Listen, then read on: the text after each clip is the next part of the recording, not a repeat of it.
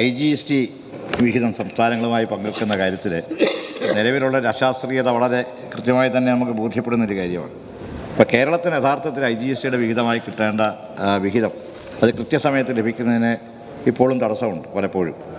ഈ കാര്യത്തിൽ പരിഹരിക്കാൻ ഏതൊക്കെ നടപടികളാണ് സംസ്ഥാന ഗവൺമെൻറ് കൈക്കൊണ്ടിട്ടുള്ളത്? IGSTയുടെ കാര്യത്തിനകത്ത് ഈ സമ്പ്രദായം നടപ്പിലാക്കിയത് മുതൽ ഏറ്റവും കൂടുതൽ കാര്യങ്ങൾ ഉന്നയിക്കുന്നതും ഇടപെട്ടുകൊണ്ടിരിക്കുന്നതും സംസ്ഥാന ഗവൺമെൻറ്റാണ്. അതിനകത്ത് ആദ്യഘട്ടത്തിൽ അൺക്ലെയിംഡ് ആയിട്ടുള്ള IGST വിഹിതം വലിയ കൂടുതലായിരുന്നു. അന്നത്തെ ഇതിന് ഡിവൈഡ് ചെയ്യുന്നൊരു പൂളുണ്ട്.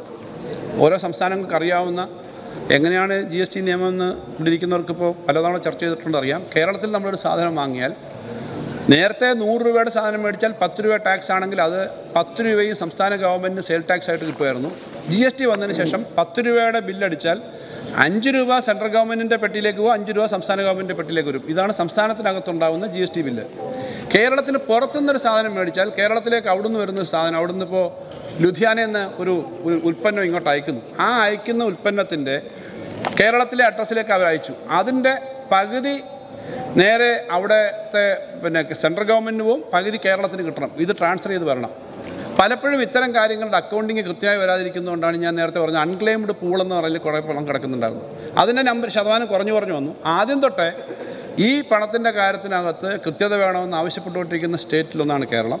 കോടതികളുടെ കാര്യം പറഞ്ഞു. ഈ GST വന്നതിന് ശേഷം ഇതുവരെ ട്രിബ്യൂണലുകൾ പോലും എഫക്റ്റീവായിട്ട് നടപ്പിലാക്കാൻ തുടങ്ങിയിട്ടില്ല സാർ. ട്രിബ്യൂണലില്ല. വ്യാപാരികൾ 5 വർഷം മുമ്പേ ഉള്ള കേസിനകത്തൊന്നും ഇപ്പോഴും ട്രിബ്യൂണലില്ല. ആ ട്രിബ്യൂണൽ കേസുകളുടെ കാര്യത്തിനകത്ത് അനിശ്ചിതത്വമുണ്ട്. ഈ നികുതി സിസ്റ്റം എങ്ങനെ ഇതൊരു പുതിയ സമ്പ്രദായമാണ്. ആ സമ്പ്രദായം വന്നപ്പോൾ നികുതി ഡിവൈഡ് ചെയ്യുന്ന കാര്യത്തിൽ പ്രശ്നമുണ്ട്. ഓരോ GST കൗൺസിലിനും പുതിയ കാര്യങ്ങൾ വന്നുകൊണ്ടിരിക്കുന്നതേ ഉള്ളൂ. ഇപ്പോഴും അതിനകത്ത് പൂർണ്ണം വന്നിട്ടില്ല.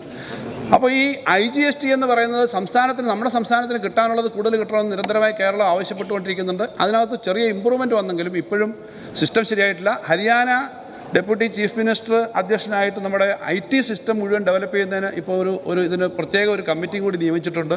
ഈ ഇൻ്റർ സ്റ്റേറ്റ് മാത്രമല്ല, പൊതുവിൽ നമ്മുടെ IT ഫെസിലിറ്റി ഉപയോഗിച്ച് അങ്ങനെ ഇക്കാര്യം വെക്കാം.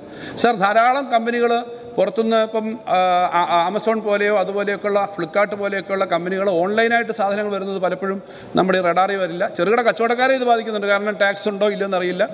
വ്യാപാര രംഗത്ത് ഈ GST വന്നതിന് ശേഷം ഉണ്ടായിട്ടുള്ള ധാരാളം പ്രശ്നങ്ങളുണ്ട്. അതിനകത്ത് IGSTയുടെ കാര്യത്തിനകത്ത് കുറേയേറെ നമുക്ക് എത്താൻ പറ്റിയെങ്കിലും ഇനി IGST കറക്റ്റ് ചെയ്യാനുണ്ട്. അവിടെ ഈ ഇപ്പോൾ ഏറ്റവും ഒടുവിൽ കോയമ്പത്തൂർ പോയി നമ്മളൊരു സാധനം മേടിച്ചാൽ വേറെ സ്ഥലത്ത് പോയി ഒരു സാധനം മേടിച്ചാൽ കേരള അഡ്രസ്സ് ആണെങ്കിൽ അത് ഉൾപ്പെടെ ഇങ്ങോട്ട് വരണമെന്നാണ് നിയമം. ഇക്കാര്യമൊക്കെ ശക്തമാക്കാൻ പറയുന്നുണ്ട്. ഒരു ഇൻഡിവിജ്വൽ മേടിച്ചാൽ പോലും. ഇപ്പോൾ ഇതിൻ്റെ ആയുധങ്ങളും ഇതിൻ്റെ നിയമങ്ങളും എല്ലാ അവകാശങ്ങളും കേന്ദ്രത്തിൻ്റെ കയ്യിലാവുന്നതാണ് ഈ GST സമ്പ്രദായം വരുന്ന സമയത്ത് തന്നെ ഞങ്ങളെല്ലാം പറഞ്ഞിട്ടുള്ള അപ്രിഹെൻഷനാണ്. അന്ന് കൊണ്ടുവന്ന സമയത്ത് ഇത് നല്ലതാണ് എന്ന് വിചാരിച്ച ആളുകൾ പോലും ആ സ്റ്റേറ്റുകൾ പോലും ഇപ്പോൾ തിരിച്ച് പറയുന്നുണ്ട്.